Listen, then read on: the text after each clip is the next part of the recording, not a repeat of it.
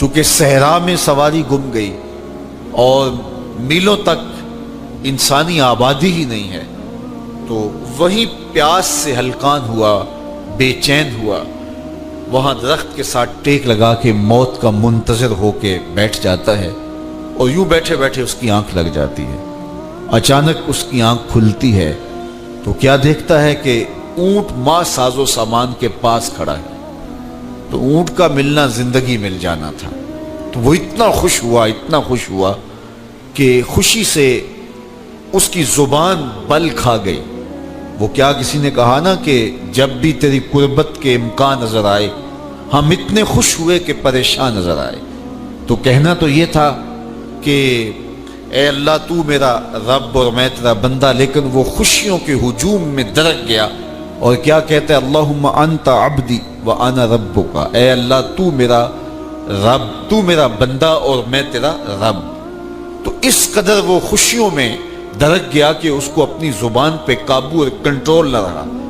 کسی کے آنے سے ایسے ہوش اڑے ساقی کے، شراب سیخ پہ ڈالی اور بوتل میں کباب۔ تو کہتا اللہم انت عبدی وانا ربک، تو میرا بندہ اور میں تیرا رب۔ تو یہ اس کی زبان قابو میں نہ رہی اور وہ بل کھا گیا، خوشیوں کا ہجوم ایسا ہوا۔ تو اللہ کے محبوب نے یہ مثال بیان کرنے کے بعد ارشاد کیا، مجھے بتاؤ اس بندے کو کتنی خوشی ہوئی کہ زبان پہ قابو نہیں، جذبات پہ کنٹرول نہیں، کہنا کچھ ہے بول کچھ رہا ہے۔ تو صحابہ نے عرض کی حضور بہت خوشی ہے۔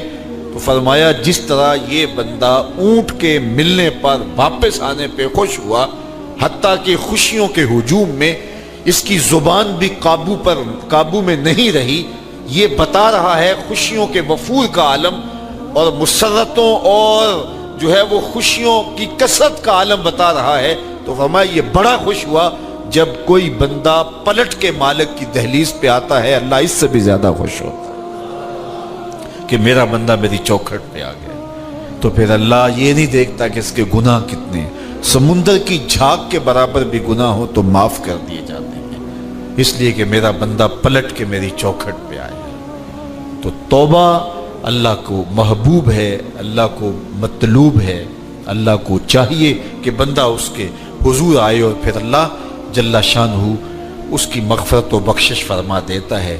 یہ موسم نور کے موسم ہے، عام دنوں میں بھی توبہ کرو، دن میں کرو یا رات کو کرو، کسی بھی مقام پہ توبہ کرو، اللہ معاف کر دینے والا ہے۔ لیکن یہ خاص ایام تو ایسے ہیں کہ اللہ کی رحمتیں بندوں کو معاف فرما دیتی ہیں، اور اگر کوئی توبہ کا جو ہے وہ دامن پکڑ کے آ جائے، اس کے حضور حاضر ہو جائے، تو پھر اللہ تعالیٰ جل شانہ بندوں کی خطائیں بھی معاف کرتا ہے اور ان کے گناہوں کو بدل کے نیکیوں میں تبدیل کر دیتا ہے۔ خوش نصیب ہیں وہ لوگ جو ان بابرکت ایام میں اپنی بخشش کا سامان کر لیتے ہیں، اور ان سے بڑا بدبخت بھی کوئی نہیں جو ان سہانے موسموں میں بھی پیاسے رہتے ہیں اور ان موسموں میں بھی ان کی بخشش و مغفرت نہیں ہو پاتی۔ رت سہانی ہو، موسم اچھا ہو، تو مجھے بتاؤ کہ جو اس موسم میں بھی اپنے آپ کو محروم رکھے تو اس سے بڑی بد نصیبی کیا ہوگی۔ اللہ کے محبوب علیہ السلام نے منبر کی تینوں سیڑھیوں پہ قدم رکھتے ہوئے آمین آمین پکارا، تو حضور علیہ السلام سے عرض کیا گیا یا رسول اللہ صلی اللہ علیہ وسلم، ہر سیڑھی پہ قدم رکھتے ہوئے آپ نے آمین کہا، تو آپ نے کس بات پہ آمین کہا؟ فرمایا جبریل امین حاضر خدمت ہوئے اور انہوں نے کہا اس شخص کی ناک خاک آلود ہو جو ماہ صیام رمضان المبارک کو پائے اور اپنی بخشش نہ کروا سکے۔ تو میں نے اس پہ آمین کہا کہ اتنا مقدس مہینہ نصیب ہو، اتنا سہانا موسم آئے اور وہ پھر جہاں کھڑا تھا وہی کا وہی کھڑا رہے۔ میں اور آپ اپنا محاسبہ کر سکتے ہیں، موسم رحمت اور فصل نور رمضان المبارک اپنا آدھا سفر طے کر چکا ہے، یہ مبارک مہینہ آدھا سفر اس کا بھی باقی ہے۔ تو میں اور آپ ذرا اپنے آپ کو اپنے ضمیر کی عدالت میں کھڑا کر کے اپنے آپ کو دیکھ کر کے دیکھیں، سوچیں کہ ہم نے ان 15 دنوں کے اندر کتنا سفر طے کیا۔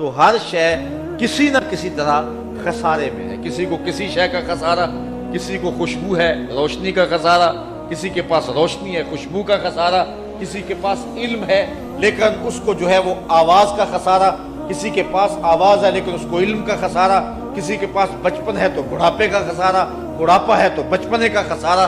ہر شے کسی نہ کسی طرح خسارے میں ہے. لیکن پھر خود ہی کہتا ہے اگر تمہیں شوق ہو کوئی ایسی ذات بھی دیکھیں جس میں کوئی خسارہ نہ ہو، حسن کی ساری شوخیاں، جمال کے سارے کرینے، اگر ایک پیکر میں دیکھنے کا شوق آ جائے تو کہتا آؤ مدینے کی گلی میں آ جاؤ. رب نے ایک محمد ایسا بنایا ہے جس میں کوئی شے چھوڑی نہیں، سارے حسن اکٹھے کر دیے. حسن یوسف دم عیسیٰ ید بیضا داری، ہما دارند آنچ خوباں تو تنہا داری. تم نے پھوٹتے ہوئے جھرنوں کا حسن دیکھا ہوگا، تم نے بہتی ہوئی ندیوں کا جمال کشید کیا ہوگا، تم نے پربتوں پر اگے ہوئے جو ہے وہ درختوں کا لطف اٹھایا ہوگا، تم نے ساون کے موسموں میں سرمئی بادلوں کا مزہ لیا ہوگا، برستی برکھا کا لطف بھی اٹھایا ہوگا، تم نے جو ہے وہ مرغزاروں، لالا زاروں، کوساروں، چوئے باروں کا لطف بھی اٹھایا ہوگا. لیکن یہ سارے حسن ایک پیکر میں دیکھنے کا شوق ہو تو اللہ تعالیٰ فرماتا ہے میں نے اس کے لیے ایک ہی ذات بنا لی. حسن کائنات کو اگر اکٹھا کیا جائے تو مجموعے کا نام محمد عربی صلی اللہ علیہ وسلم. ہر شے خسارے میں الا الذین آمنوا وعملوا الصالحات وتواصوا بالحق وتواصوا بالصبر. اب ہر خسارے سے بچے کا کون؟ جس کے پاس چار دولتیں، الا الذین آمنوا وعملوا الصالحات وتواصوا بالحق وتواصوا بالصبر. پہلی چیز ایمان ہے جس کے پاس، کیونکہ ایمان سب سے بڑی متاع ہے. ایک شخص کے پاس دنیا کی ہر دولت موجود ہے، ہر آسودگی موجود ہے، جو خواہش کرتا ہے پوری ہوتی ہے، لیکن اس کے پاس دولت نہیں ہے، وہ کوڑی کا شخص نہیں ہے. ایک شخص کے پاس جھونپڑی ہے، رہنے کے لیے مکان بھی نہیں ہے، لیکن اس کی حالت یہ ہے کہ سینہ ایمان سے جگمگا رہا ہے، تو وہ خوش نصیب ہے زمانے کا. سب سے بڑی دولت اس دنیا پہ کمایا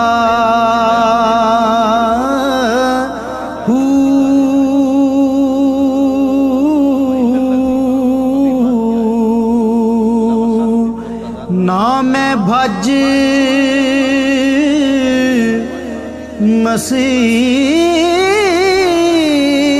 مسیتی وڑیا نا تسبہ. جاننے کو چڑیا بھی جانتے یہ پھول کھلا ہے، لیکن رقص بسمل کے تماشے تو بلبل ہی کرتی ہے. تو ایمان جاننے کا نام نہیں ہے، ایمان ماننے کا نام ہے. جاننے کو ابو جہل بھی جانتا، جاننے کو باقی کفار اور اہل کتاب بھی جانتے تھے. الذین آتیناہم الکتاب یعرفونہ کما یعرفون ابناءہم. جس طرح بیٹوں کو جانتے اسی طرح جانتے تھے، پتہ تھا انہیں یہ کون ہے، لیکن جانتے تھے. مانتا تو جناب ابو بکر ہی تھا، مانتے تو جناب عمر خطاب ہی تھے نا، مانتا تو مولا کائنات ہی تھے نا. تو اصل ماننے کا نام ایمان ہے، جاننے کا نام ایمان نہیں ہے. تو اب ایمان کا سادہ مفہوم کیا ہوا کہ حضور کی ذات سے وابستگی کا نام، دل بستگی کا نام ایمان، روحی اور قلبی تعلق اور نسبت کا نام ایمان، حضور سے وابستہ ہو جانے کا نام ایمان. وہ ایک زمانہ تھا، آج کل تو وہ دور گزر گیا. وہ چکی سے آٹا پیستے تھے.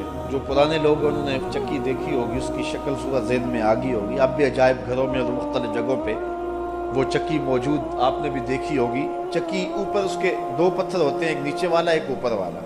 نیچے والا ساکن ہوتا ہے، اوپر والا متحرک ہوتا ہے. درمیان میں کلی ہوتی ہے، اس کے آس پاس تھوڑی سی خالی جگہ ہوتی ہے اور اس پہ دانے ڈالتے ہیں جس کو ہم اپنی زبان میں گالا کہتے ہیں. پھر اس کے بعد اس اوپر والے پتھر کو گھماتے ہیں تو جو دانے اس کلی کے ساتھ لگ کے رہ جاتے ہیں وہ بچ جاتے ہیں، اور جو کلی سے ہٹ جاتے ہیں وہ پس جاتے ہیں.